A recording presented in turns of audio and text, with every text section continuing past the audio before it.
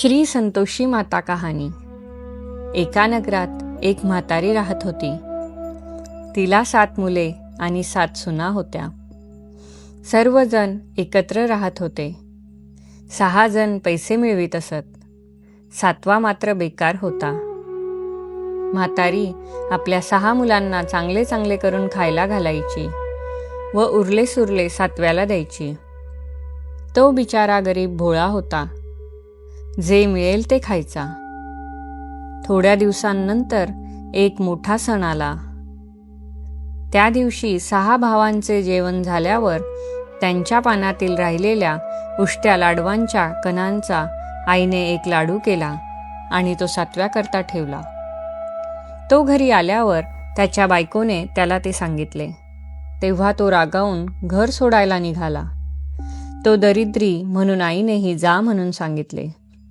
त्याबरोबर कपडे गोळा करून तो बायकोकडे गेला व तिला त्याने आपली अंगठी खून म्हणून दिली. त्याची बायको त्यावेळी शेणी घालत होती. ती म्हणाली, तुम्हाला द्यायला माझ्याजवळ काहीच नाही. हे शेण आहे असं म्हणून आपला शेणाने भरलेला हात त्याच्या पाठीवर उमटवला. तीच आपल्या प्रिय पत्नीची खून असे समजून तो निघाला. मजल दरमजल करीत तो दुसऱ्या देशातील एका मोठ्या शहरात गेला. तेथे एका व्यापाऱ्याकडे नोकरीला राहिला. रात्रंदिवस नेकीने काम केल्यामुळे मालक त्याच्यावर खुश झाला. अशी 12 वर्षे निघून गेली. मालकाने त्याला भागीदार केले. नंतर मालक त्याच्यावर दुकान सोपावून तीर्थयात्रेला गेला. इकडे घरी त्याची बायको मात्र फार दुःखी होती. सासू वगैरे तिचा छळ करीत, तिला कोंड्याची भाकरी देत आणि पाणी प्यायला नारळाची करवंटी देत. ती रोज रानात जाऊन लाकडे आणि घरातील सर्व कामे तीच करीत असे. एक दिवस अशीच ती रानात लाकडे गोळा करण्याकरता गेली असता तिथे काही स्त्रिया श्री संतोषी मातेचे व्रत करीत असलेल्या तिला दिसल्या. ते पाहून तिने विचारले, बायांनो, तुम्ही हे काय करत आहात? ही कोणत्या देवीची पूजा? ते ऐकून त्यातील एक स्त्री म्हणाली, आम्ही हे श्री संतोषी मातेचे व्रत करीत आहोत. हे व्रत केल्याने दुःख दारिद्र्य नाहीसे होते. मनातील चिंता नष्ट होते. घर लक्ष्मीने भरून जाते. नवरा परदेशी गेला असेल तर लवकरच परत येतो. कुमारीला मनपसंत नवरा मिळतो. कोर्टात आपल्यासारखा निकाल लागतो. रोग बरे होतात. पैसा आणि आरोग्य मिळते. मनाला शांती मिळते. आवडत्या लोकांच्या भेटी होतात. सर्व प्रकारच्या कामना पूर्ण होतात. ती म्हणाली, मग हे व्रत कसे करायचे ते मला सांगा. तेव्हा ती म्हणाली, आपल्या ऐपतीप्रमाणे 10 पैसे 50 पैसे 1.25 रुपया यांचे गुळ व हरभरे आणावेत. दर शुक्रवारी संतोषी देवीची मनोभावे पूजा आणि प्रार्थना करावी. त्या दिवशी उपवास करावा. गूळ व हरभरे प्रसाद म्हणून वाटावा. श्री संतोषी मातेची कहाणी ऐकणारा कोणी न भेटलास आपणच तुपाने निरंजन लावून कहाणी सांगावी. मनोभावे प्रार्थना करावी. आपले काम सिद्धीस जाईपर्यंत प्रत्येक शुक्रवारी याप्रमाणे श्री संतोषी मातेचे व्रत करावे.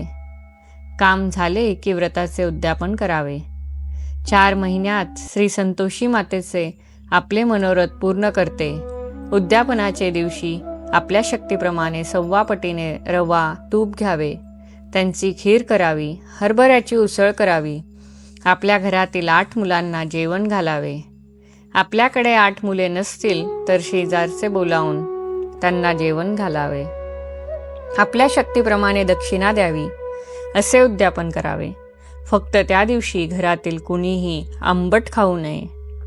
ते ऐकल्यावर तिने नेहमीप्रमाणे लाकडे गोळा केली आणि ती नगरात गेली. तिने लाकडे विकली आणि आलेल्या पैशातून तिने 10 पैशांचा गूळ आणि हरभरे घेतले.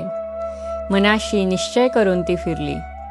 वाटेत तिला श्री संतोषी मातेचे मंदिर दिसले.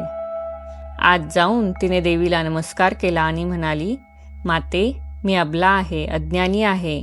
माझे दुःख दूर कर. मी तुला शरण आले आहे. याप्रमाणे तिने 4 शुक्रवारी व्रत केले. श्री संतोषी मातेला तिची दया आली. तिच्या पतीचे पत्र आले, पैसेही आले. तिला फार आनंद झाला. पण तिचे दीर वगैरे मात्र तिची चेष्टा करीत होते. इकडे रात्री तिच्या नवऱ्याच्या स्वप्नात देवी गेली आणि ती म्हणाली, मुला, इकडे येऊन तुला 12 वर्षे झालीत. तुझ्या पत्नीची घरी काय अवस्था झाली आहे याचा विचार केलास काय? मूर्खा, तू तिला विसरलास, पण ती मात्र तुझ्यासाठी तू परत यावेस म्हणून हाडांची काडे करीत आहे. ती तुझ्या वाटेकरे डोळे लावून बसली आहे. तो म्हणाला, माते, मला हे सर्व समजते, पण मी काय करणार? मी इकडे परदेशात आहे. इथे देण्या घेण्याचा व्यवहार आहे. तो पुरा झाल्याशिवाय मी घरी परत कसा जाणार? ते ऐकून देवी म्हणाली, मुला, उद्या सकाळी उठल्यावर तू स्नान कर आणि दुकानात जा. माझी प्रार्थना कर, तुपाचे निरांजन लाव. बघता बघता दुकानाचे देण्या घेण्याचे व्यवहार पुरे होतील. देवीच्या स्वप्नातील दृष्टांताप्रमाणे त्याने सर्व केले. दुसऱ्या दिवशी त्याने आंघोळ केली, तुपाचा दिवा लावला, श्री संतोषी मातेची प्रार्थना केली आणि तो दुकानात गेला. थोड्याच वेळात देण्या घेण्याचे सर्व व्यवहार पूर्ण झाले. पैशांच्या थैल्या भरून गेल्या. श्री संतोषी मातेची स्तुती करून त्याने रात्री दुकान बंद केले आणि सकाळ आपल्या देशास निघाला. तो आपल्या गावाजवळ आला. त्या दिवशी त्याची पत्नी नेहमीप्रमाणे लाकडे गोळा करण्यासाठी रानात आली होती.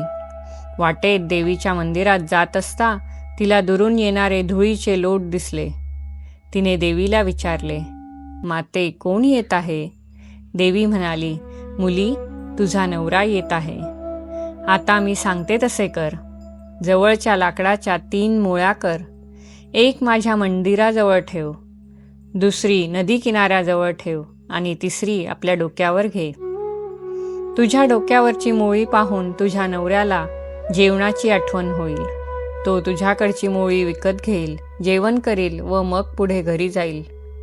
मग तू माझ्या मंदिराजवळची मोळी घेऊन घरी जा आणि अंगणात मोळी टाकून मोठ्याने म्हण, सासूबाई, सासूबाई, लाकडे घ्या आणि मला कोंड्याची भाकरी द्या. करवंटीत पाणी द्या, पण आज घरी पाहुणे कोण आलेत? देवीच्या सांगण्याप्रमाणे तिने केले. इतक्यात तिचा नवरा तिथे आला. त्याने मोळी विकत घेतली, जेवण केले आणि तो घरी गेला. थोड्याच वेळात ती घरी आली आणि मोळी टाकून म्हणाली, सासूबाई, सासूबाई, लाकडे घ्या आणि मला कोंड्याची भाकरी द्या. करवंटीत पाणी द्या, पण आज घरी पाहुणे कोण आलेत? बायकोचा आवाज ऐकून नवरा बाहेर आला. जिच्याकडून मोळी विकत घेतली होती ती त्याला दिसली. तिच्या उजव्या हातात त्याने दिलेली अंगठी होती. त्याला खून पटली. तो बायकोला भेटला व शेजारीच खोली होती, ती त्याने ताब्यात घेतली. खोली साफसूफ करून त्यांनी सर्व सामान आणले व ते दोघेजण आनंदात तेथे राहू लागले. इतक्यात शुक्रवार आला. तिने नवऱ्याच्या परवानगीने त्या दिवशी श्री संतोषी मातेच्या व्रताचे उद्यापन केले. जावेच्या मुलांना व सर्व नातेवाईकांना जेवायला बोलवले. जावांनी आपल्या मुलांना शिकवून दिले की काकूजवळ आंबट खायला मागा. सर्वांची जेवणे झाल्यावर मुले म्हणाली, काकू, गोड गोड खाऊन वीट आला, काहीतरी आंबट खायला दे. त्यावर ती म्हणाली, बाळांनो, हे श्री संतोषी मातेच्या व्रताचे उद्यापन आहे. आज कोणाला आंबट वस्तू खायला मिळणार नाही. मुले जेवून उठली आणि पैसे मागू लागली. तिच्या लक्षात आले. तिने मुलांना पैसे दिले. मुलांनी चिंचा, आवळे आणून खाल्ले. त्यामुळे देवीच्या व्रताचा भंग झाला. देवी कोपली. राजाचे दूत आले आणि त्यांनी तिच्या नवऱ्याला धरून नेले. ती रडत रडत संतोषी मातेच्या मंदिरात गेली. नमस्कार करून ती म्हणाली, माते, तू काय केलेस? आधी हसवलेस आणि आता का रडवतेस? देवी म्हणाली, मुली, माझ्या व्रताचा भंग झाला आहे, पण तू मुद्दाम नाही केलंस. आता पुन्हा उद्यापन कर. आता जराही चूक करू नकोस. जा आता. त्याबरोबर ती आनंदाने घरी परतली. रस्त्यात तिचा नवरा तिला भेटला. तो म्हणाला, मी एवढे पैसे मिळवले, त्याबद्दल राजाला कर नको का द्यायला? राजाकडे कर भरूनच मी येत आहे. ते ऐकून तिला फार आनंद झाला. ती दोघे घरी गेली. फिरून शुक्रवार आला. तिने उद्यापनाची तयारी केली. सर्वांना जेवायला बोलवले. मुले जेवायला आली, पण म्हणाली, काकू आम्हाला गोड खीर नको, काहीतरी आंबट दे, नाहीतर चाललो आम्ही घरी. आंबट चिंबट काही मिळणार नाही. सरळ जेवायचं तर जेवा, नाहीतर चालायला लागा. आंबट काही मिळणार नाही, तिने सांगितले. मुले निघून गेली. मग तिने ब्राह्मणांना बोलवले. पोटभर वाढले. दक्षिणेच्या ऐवजी त्यांना एक एक फळ दिले. अशा तऱ्हेने उद्यापन निर्विघ्नपणे पार पडले. व्रत यथासांग पुरे झाले. श्री संतोषी माता प्रसन्न झाली. लक्ष्मीच्या प्रसादाने तिला एक तेजस्वी मुलगा झाला. ती आपल्या मुलाला घेऊन रोज देवळात जात असे. एके दिवशी देवीच्या मनात आले की आपण हिच्या घरी जावे आणि हिची सासू दीर जावा कशा आहेत ते पाहावे. मग देवीने अकराळ विक्राळ रूप घेतले. काळा कुट्ट रंग, चपके नाक, बटबटीत डोळे, मोठे मोठे रुंद ओठ, तोंडाभोवती माशा घोंगावता आहेत, स्थूल शरीर, स्तन खाली लोंबता आहेत, कापडांच्या चिंध्या आणि सर्व अंगाला दुर्गंधी सुटली आहे. अशा थाटात देवी तिच्या घराच्या देवडीत गेली. तिला पाहून सासूची बोबडी चोळली. ती मोठ्याने ओरडू लागली, धावा धावा मुलांनो धावा, कुणी पिशाच्य डाकीन शाकीन घरात येते आहे, तिला हकलून लावा, नाहीतर आपणा सर्वांना खाऊन टाकणार. तो आरडाओरडा ऐकून मुले तिला हकलायला धावली. पण देवीचे रूप पाहून तीही घाबरली.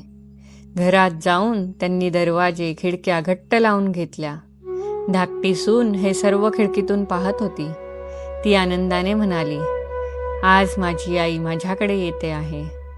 असे म्हणत असताच तिने अंगावर पीत असलेल्या आपल्या मुलाला बाजूला ठेवले आणि ती घरभर आनंदाने नाचू लागली.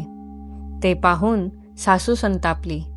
तिला वाटेल ते बोलू लागली, शिव्या देऊ लागली. सून म्हणाली, सासूबाई घरात येत आहे ती कुणी डाकीन किंवा पिशाच नाही. मी जिचे व्रत करते ती देवी आहे. असे म्हणून तिने सर्व दरवाजे खिडक्या उघडल्या. श्री संतोषी माता घरात आली. सर्वजण तिच्या पाया पडले. तिची क्षमा मागितली. हे माते, आम्ही सर्व मूर्ख आहोत, अज्ञानी आहोत, पापी आहोत.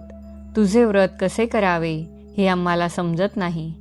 तुझ्या व्रताचा आमच्याकडून जाणून बुजून भंग झाला. आम्ही तुझा फार मोठा अपराध केला. माते, आम्हाला क्षमा कर, आमच्यावर दया कर. याप्रमाणे सर्वांनी प्रार्थना केली. श्री संतोषी माता प्रसन्न झाली. तिने सर्वांना आशीर्वाद दिले आणि ती अंतर्धान पावली. ज्याप्रमाणे त्या सुनेला श्री संतोषी मातेचे वरदान मिळाले, तसे वरदान ही कहाणी ऐकणाऱ्यालाही मिळो.